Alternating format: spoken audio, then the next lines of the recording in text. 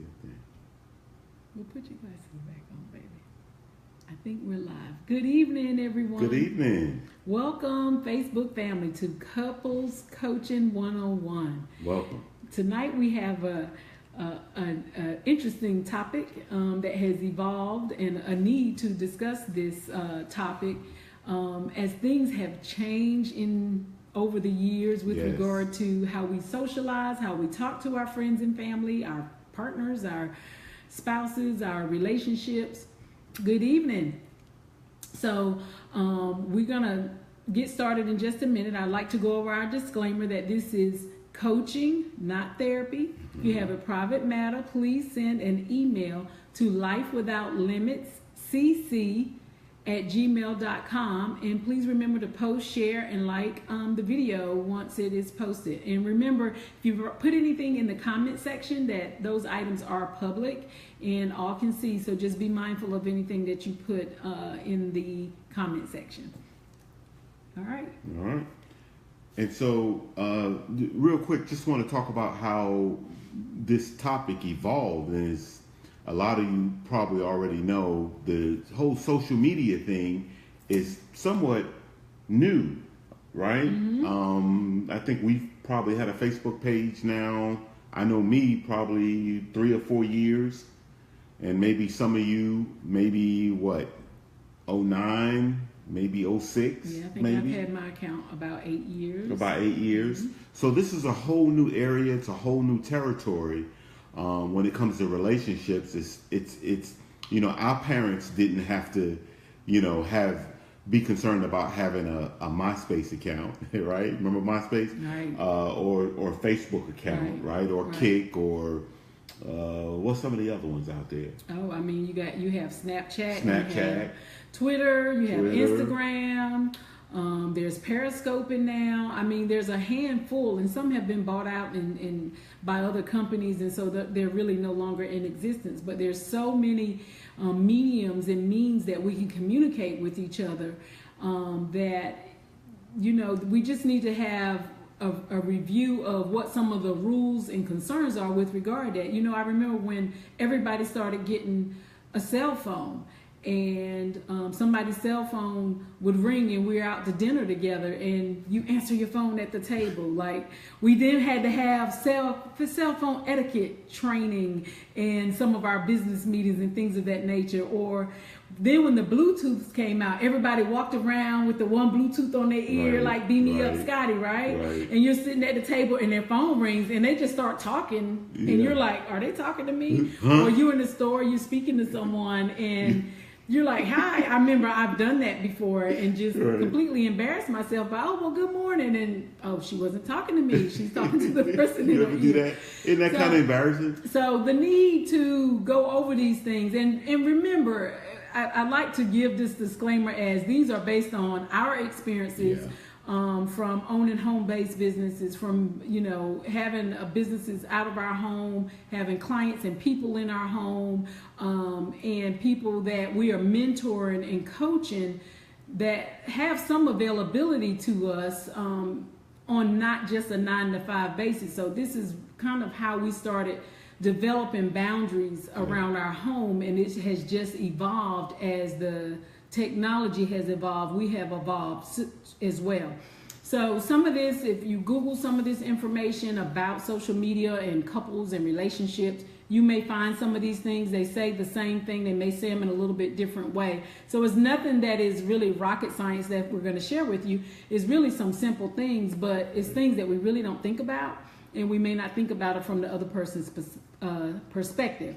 So the first one, we're going to jump and dive right into it, is discuss the boundaries for any type of social contact in your home.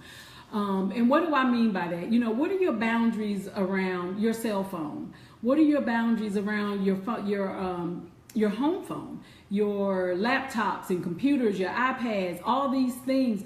What are your boundaries in terms of being on them? Do you have dinner with your family and all digital instruments and devices are put away? Where do you store those items at night? One of the things that our kids get teased about, and they probably don't want me to say that, is we charge our phones in the kitchen, because you can't get a good night's sleep if your phone is vibrating and ringing, and it interrupts your sleep. Even if you don't get up to see what it is, it still interrupts your sleep.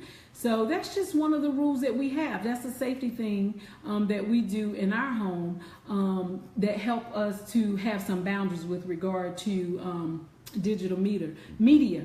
So what about this this texting? Is there a time frame? Have you all discussed the time frame? I know when we had when we were working both of us out of our homes, we kind of established a 10 to 10 rule. And the reason why we established a 10 to 10 rule, because we work 8 to faint, or as soon as you get up to faint. Right. So that was a good way that people pretty much, to talk about anything business related or socially related, can happen between the hours of 10 a.m. and 10 p.m. And if it's really something that's an emergency after that time, you probably should be calling 911 and not us. So that was kind of how that rule came about with regard to cell phones. So yeah, and I know, and if I can say something about this, being at the time being a primary person responsible for our income, whether that was the reality of it or not, it felt that way, and I just felt like it was just difficult for me to just turn the cell phone off. So, I might take a call. We might be right in the middle of dinner, right in the middle of eating, and it was like, hello, and that's how a lot of this came about. And what I realized a lot of times when you take a phone call and you're right in the middle of being with someone or being present with someone, it really kind of takes away from that particular moment. Mm-hmm. Absolutely. And one of the things that I remember thinking to myself is that the cell phone is a tool for me to use, not a tool to use me. Right. If that makes sense. Mm-hmm. Absolutely. It does make sense.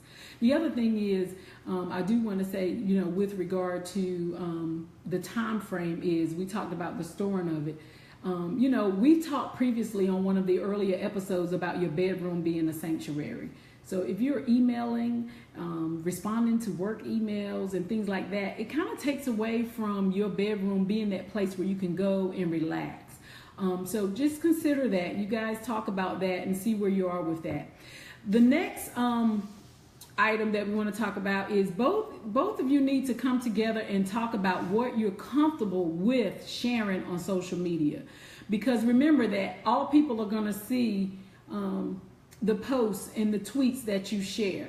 So if you're posting something if I post something that George is not comfortable with, how is that going to set with him? Or maybe I share something and someone says to him, oh, I saw your wife such and such, such and such, or I saw that you all did such and such, such and such. And he's like, whoa, how do they know that?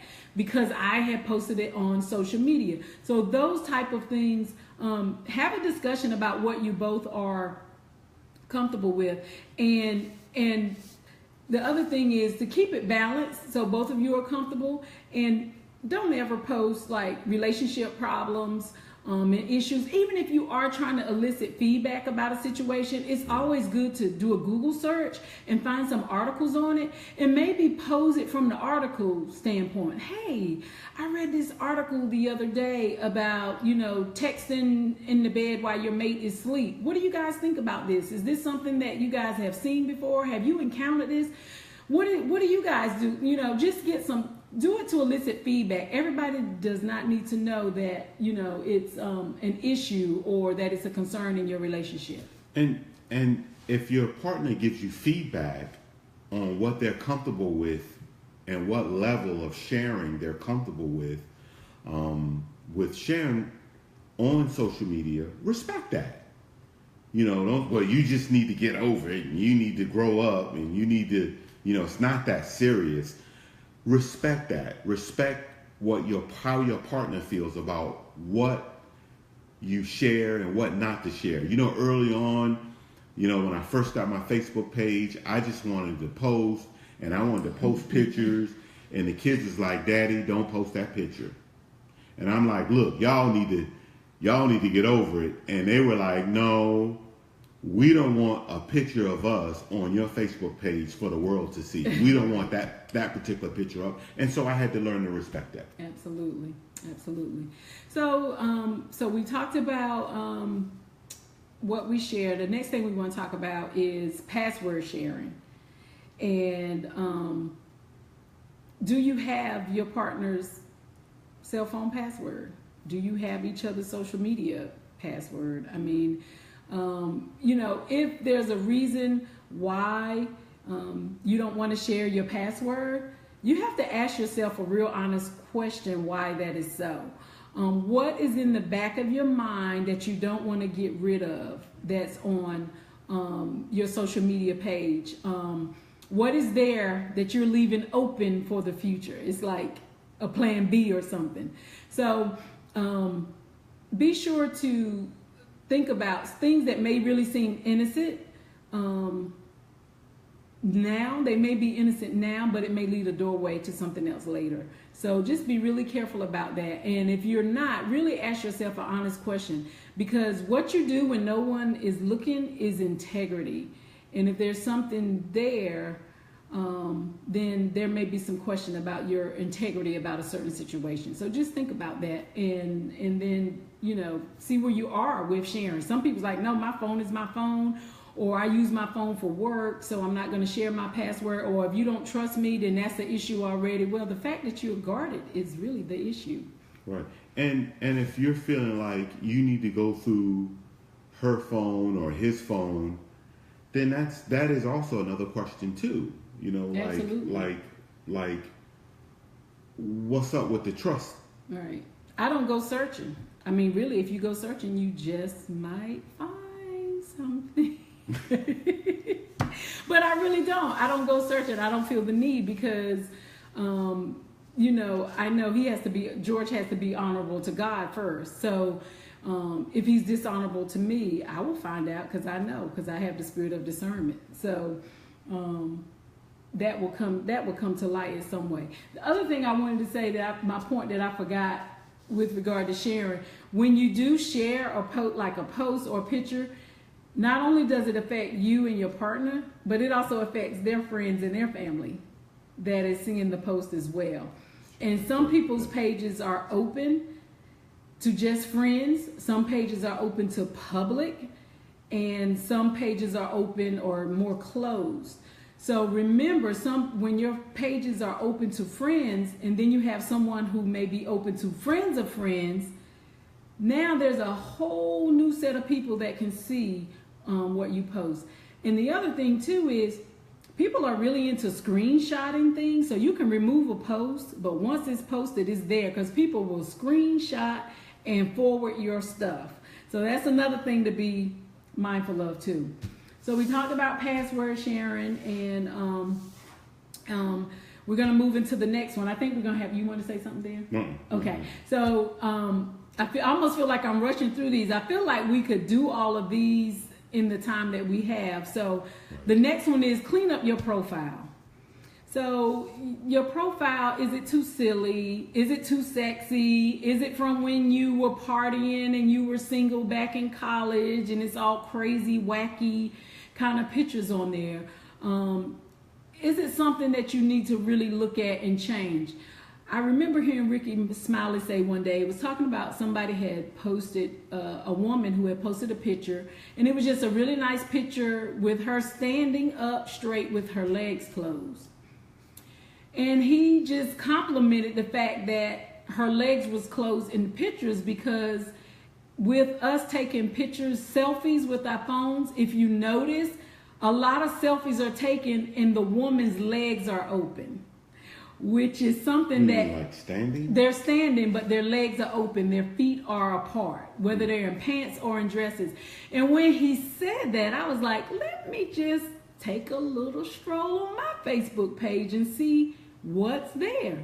And I found a lot of pictures of people that I'm friends with, and a couple of mine where I was standing and I was like, oh my God, my legs are open.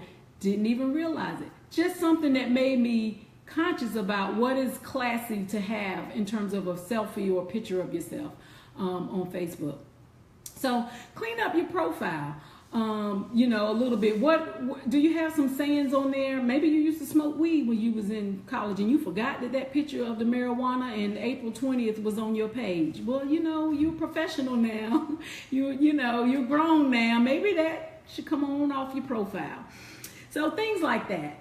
And then, did you want to say anything about that? Clean up your profile? Okay. So, and then the next thing is close the door to some people. What do I mean by that? You're going to have to block some people. When you're in a relationship, when you're married, when you're engaged to be married, you are married, you're in a committed relationship, you need to consider whether people still need to be on your page. And you need to have that conversation with your partner as to, so-and-so and I dated 20 years ago. Are you okay with him being, on our page? So what would you like to say? And I was just going to say, for me, again, all this stuff was new to me, this whole social media thing. And so what I do is I use Nishima as my guide. And I say, hey, listen, I'm friends with one of my exes want to friend me.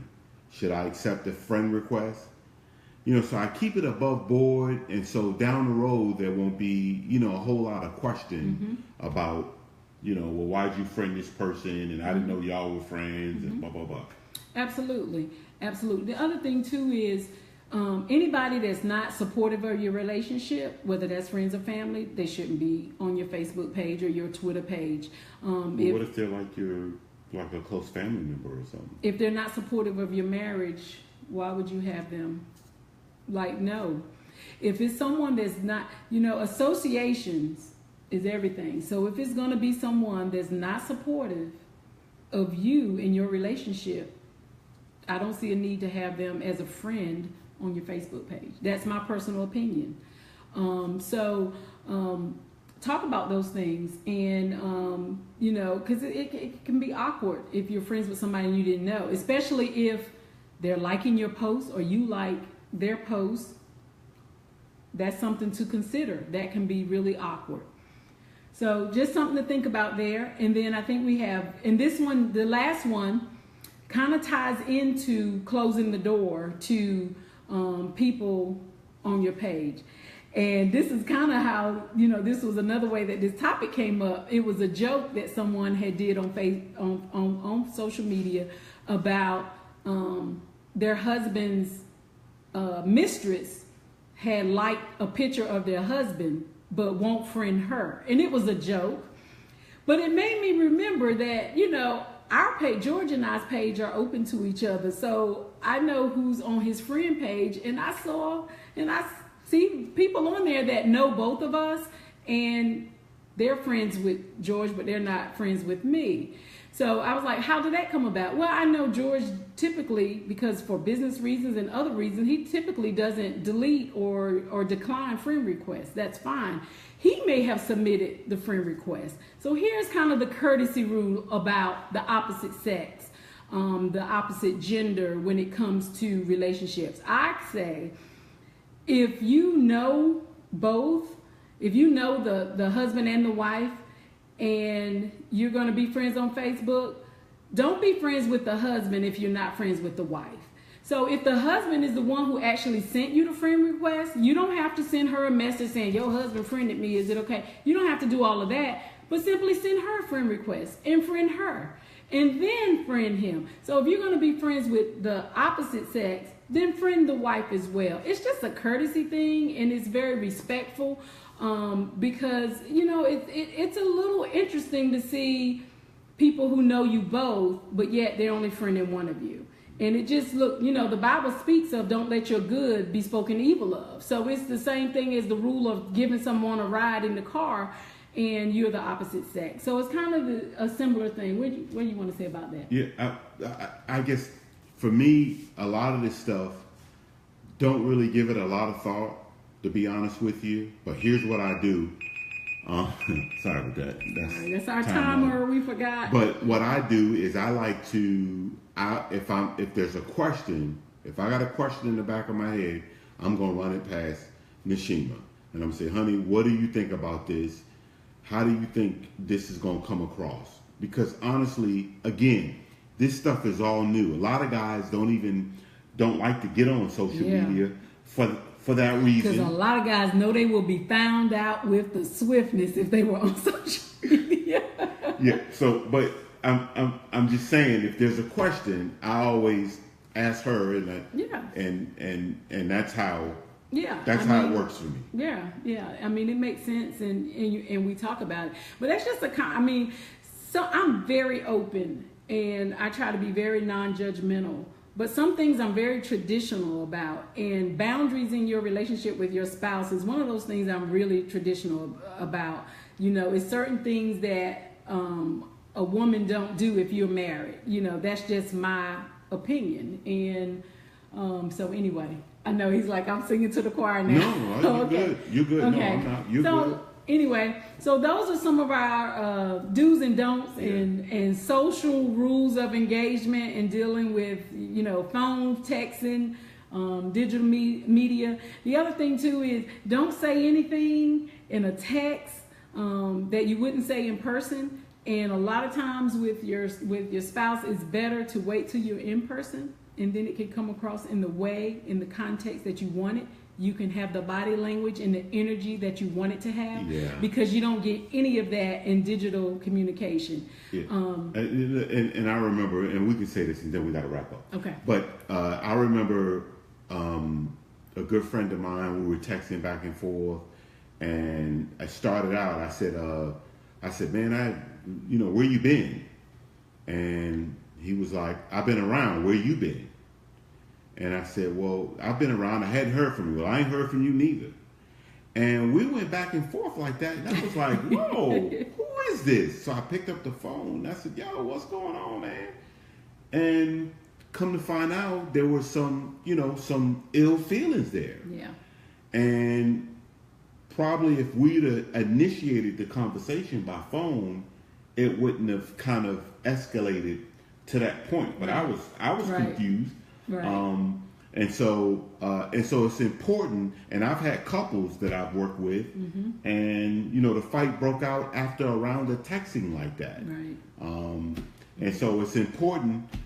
Some conversations are just not, because remember, written is language, okay, and only 7% of communication.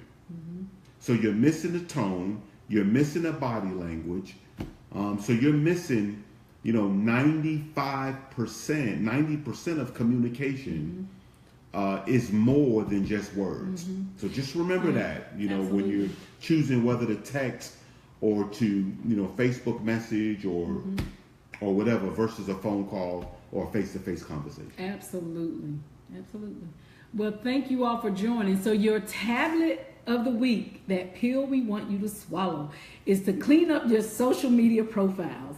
I know I got some pictures out there from 2009 that just need to go by. Does anybody even still know who Scotty McCreery is, who won American Idol? I was looking through. I need to go through and clean those up. I haven't taken them off yet because I want to make sure I have them saved somewhere before I delete them. But anyway, clean up your social media profiles this week, and join us next week with Couples Coaching 101. And remember, we empower...